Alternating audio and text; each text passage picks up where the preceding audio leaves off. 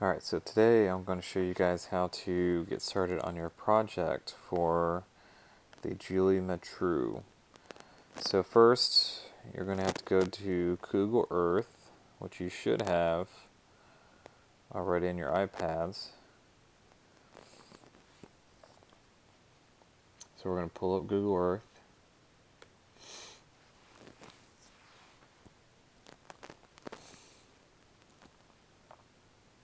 Now you don't have to do Dallas-Fort Worth. Now you can do different cities other than Dallas-Fort Worth. So right now I'm in London. Yep, okay, I'm already in London. But you need to make sure that you have your 3D buildings on. That's very important, okay? Because this is going to be very similar to our Mark Bradford project, only we are using mapping, but we're going to use it in a different way this time. So even though we're using Google Earth the same way, and we're using, kind of mapping, but we're actually looking more at the architecture, the shape of the buildings, their 3D shapes of the buildings, other than looking just straight down over streets and stuff like that, like what we were doing for Mark Bradford. So again, it's similar, but it's a little bit different. So I'm just trying to find a good spot to get a good view. Now the trick is to, so you don't want to be looking down like this. You want to be looking kind of at an angle where you can see the skyline. That's going to help you a lot when you're trying to get your 3D buildings. Okay, so this is a good little spot right here. See if I can get a little bit more 3D in there. Okay. So I'm going to screenshot this image. Okay, so I got a screenshot. Okay. Now after I got my image, I don't need Google Earth anymore. So, now you should have Sketchbook Express. So I'm going to make a new one in Sketchbook Express. Okay, so that was something I was messing with the other day. Don't save. Alright, so I'm going to make a brand new sketch, which the little plus down at the very bottom left hand corner is where you're going to need to make a brand new sketch. So this is all brand new, blank page, ready to go. Okay, so the top right hand corner, it looks like there's two little pieces of paper sitting on top of each other. I'm going to hit that, and then I'm going to go to the flower with the plus, and then I need to go to Photo Library. Now, some of you guys might have an issue with Photo Library and it says that it's locked. If that happens, you need to go into your settings and let Sketchbook have access to your photos. And I can show you a video on that, on how to do that. Alright, so I'm going to go to Photo Library. And I'm going to go to Camera Roll. Okay, and then now I just got my picture. But it's upside down, so I need to fix it. So if you remember from when we did one of our face projects with all the colors, to transform it, if I want to appear the three dots at the top, I hit that. I'm going to hit transform. I got to take two fingers, not one finger, but two fingers, and turn the picture. And I'm just going to place it. Actually, I want a little bit bigger, right there. And then I hit done. Now it's important to hit done, because if you don't hit done, then it's just going to keep moving around. Okay, so I want to change the opacity of my picture because I want it to kind of see through. So we want to be able to kind of see through it a little bit. So I'm going to make sure my layer, which is the two pieces of paper stacked on top of each other, that's our layer button. I open that up, and if you look at this bar, I'm going to move this bar from side to side. So if I move it, see how it's kind of like more see-through? Okay, so I want a little bit see-through. Okay, That's all I need to do for there. Right now I need to make a new layer. So make sure you hit, we're still in the layers tool, but do not hit the two pluses, because it just, when you hit the two pluses, it makes a copy of the picture. So you have like two pictures. You don't need two pictures. You just need the one that we dropped in. So you just need to hit the plus by itself, the single plus by itself. So there we go. So now I've got a new layer. Remember, I said this last year, make sure that you know which layer you're working in. You can tell by a blue box is around the layer that you're working in. So if I click on the picture, now there's a blue box around there. But I want my blank page with the blue square. And that lets me know that's what I'm working on. Okay. So this is where you get to kind of play around with color, shapes, and lines. There's a couple tricks that you can do. Now I'll open up my brush tool, and in the brush tool there's different options. Now I'm going to turn this one option off really quick. Now you can come in and just grab a brush, like I'm clicking on different brushes right now, and just as you go you figure out what colors you want to use. So right now I have a color selected, and I want to zoom in right here on top of this building and trace over this 3D shape. So I'm on the roof of this building right now, and I'm using this orange color.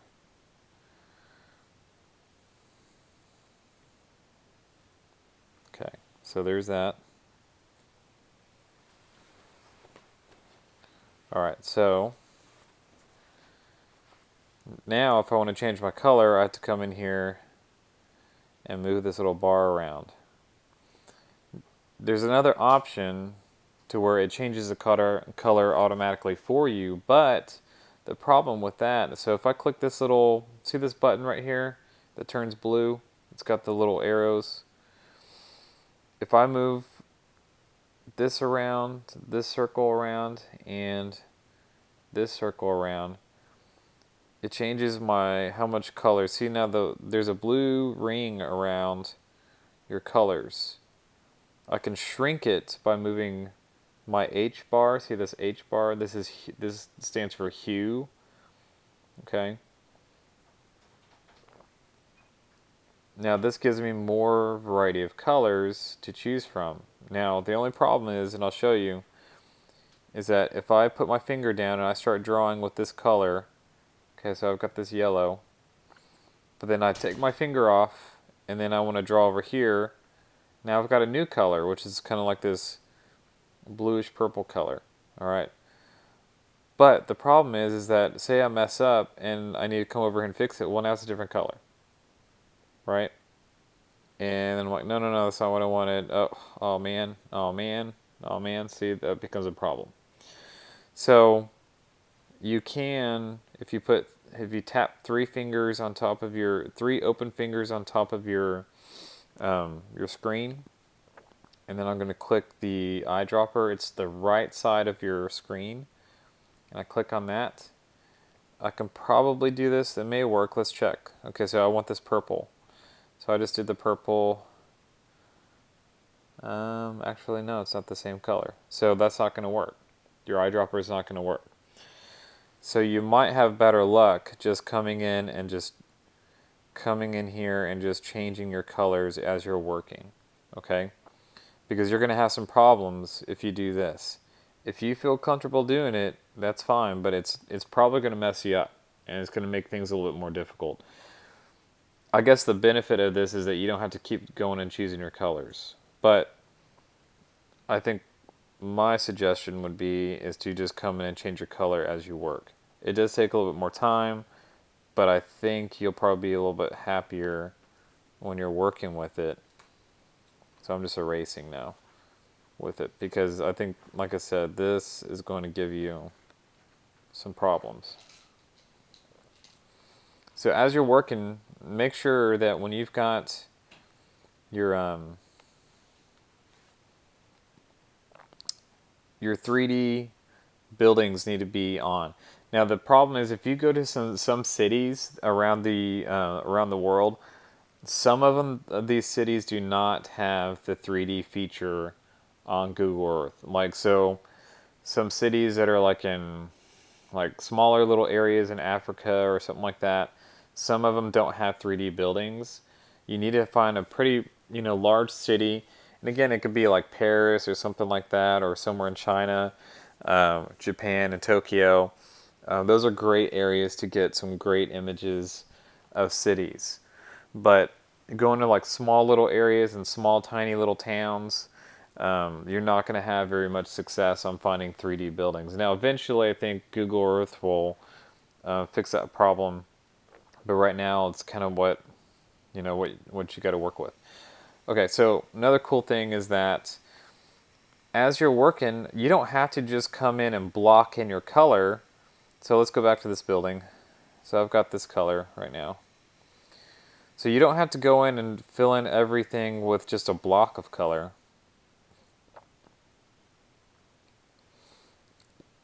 Maybe I just want to go ahead and get black.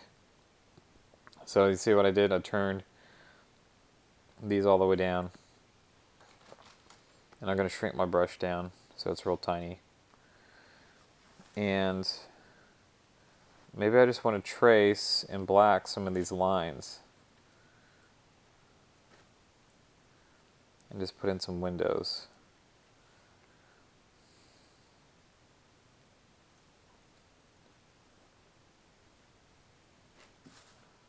And it doesn't have to be perfect, I'm just drawing really quickly.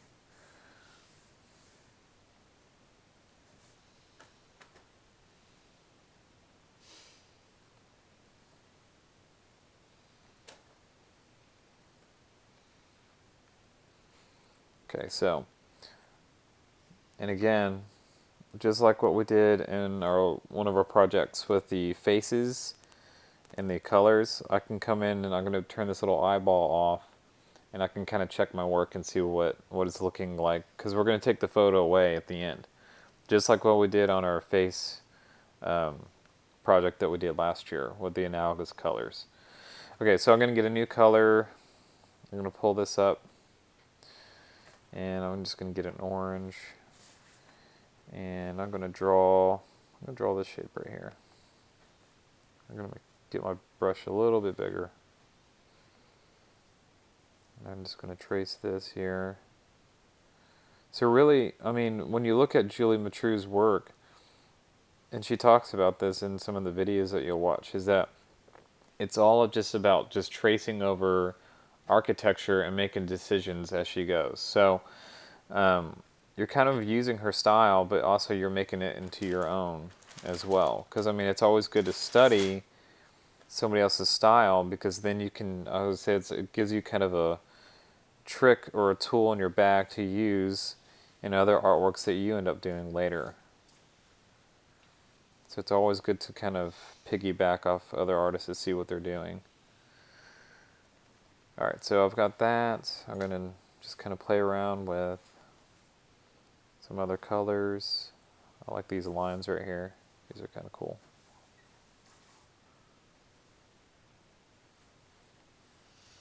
I mean, I can come in and draw the shape of the tree. Maybe I want some blue right here. Maybe I'll just fill all that in. Now it's its own little shape.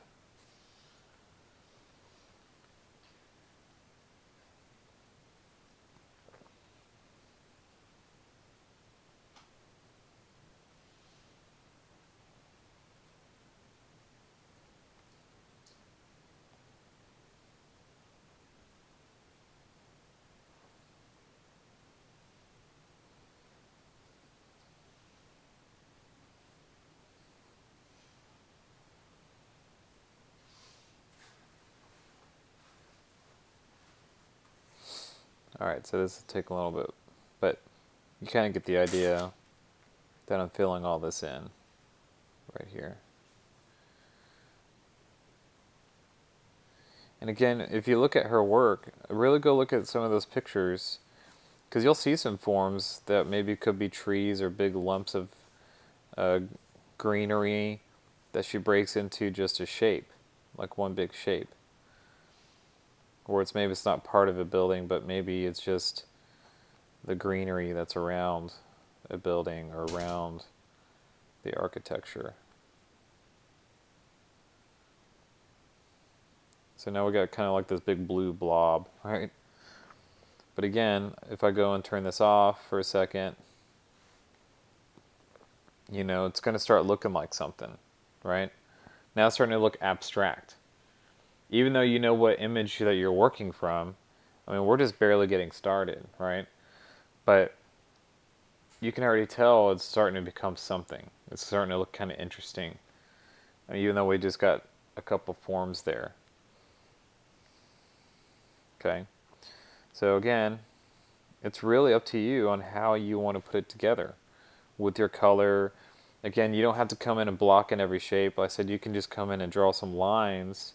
Maybe put some in black like we did earlier. Maybe again, I'll come in here in these windows.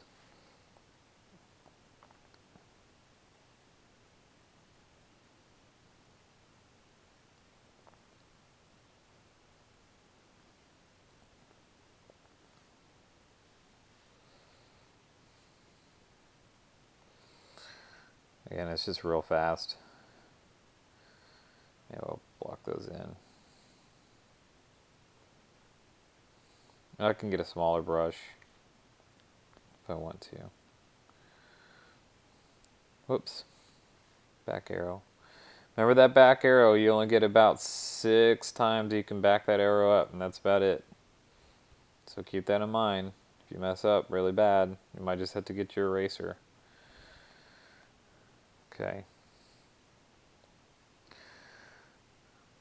Okay, so, whoops. See, that happens sometimes when I'm zooming in and out. Okay, so let's get another color. Let's do some yellow. I don't have any yellow going on yet. So yeah, I'm gonna this shape right here.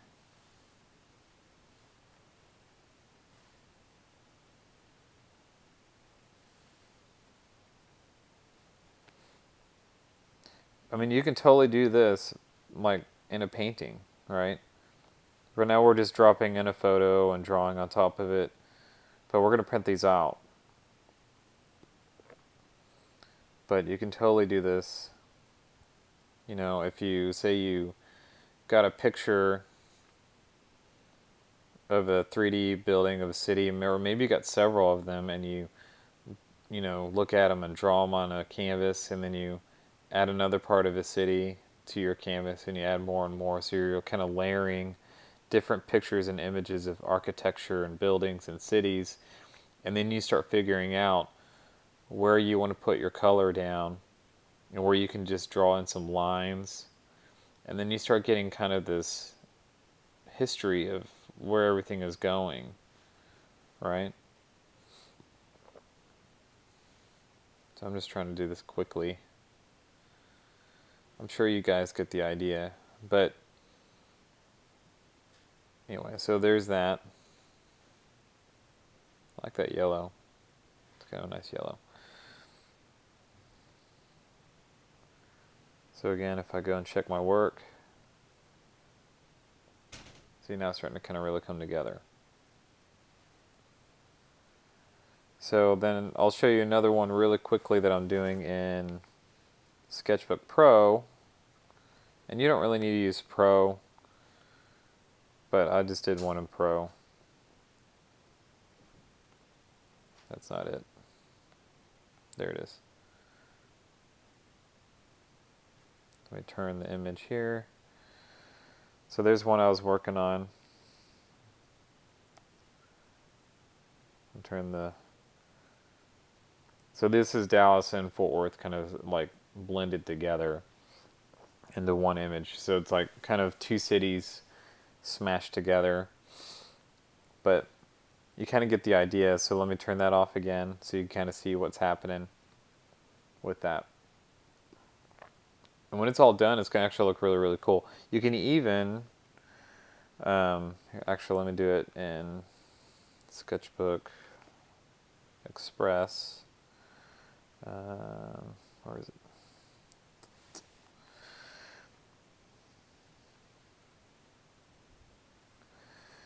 You can even add, so let me add another layer, okay. But I want this layer to be behind, so I'm going to move it down here. Maybe I want to get just a really light, like cream color for my background. So let's get like a color like this, and we're going to get really, really light. Okay, and then we're going to get our paint bucket.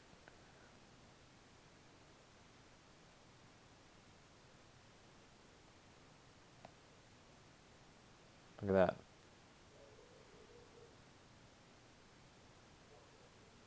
So maybe you want to put in a background color in the very end.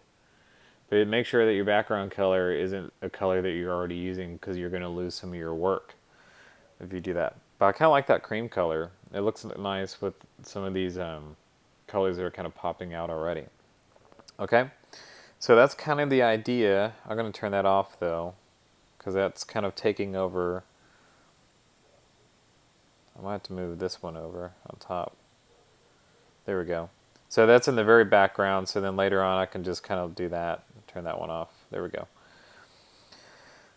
So that's it. That's kind of how to get started. I mean, really it's up to you on how to do it. Now you should know how to use Sketchbook Express, because we used it a lot for one of our projects. So you should know all the little tricks on how to do all that. Like I said, you're going to have to go in and change your colors. But really, I mean, with this project, you've got a lot of colors to choose from. So you can do a lot of things with your color. Alrighty. Hopefully you are very successful in your Julie Mehretu project. Awesome, guys.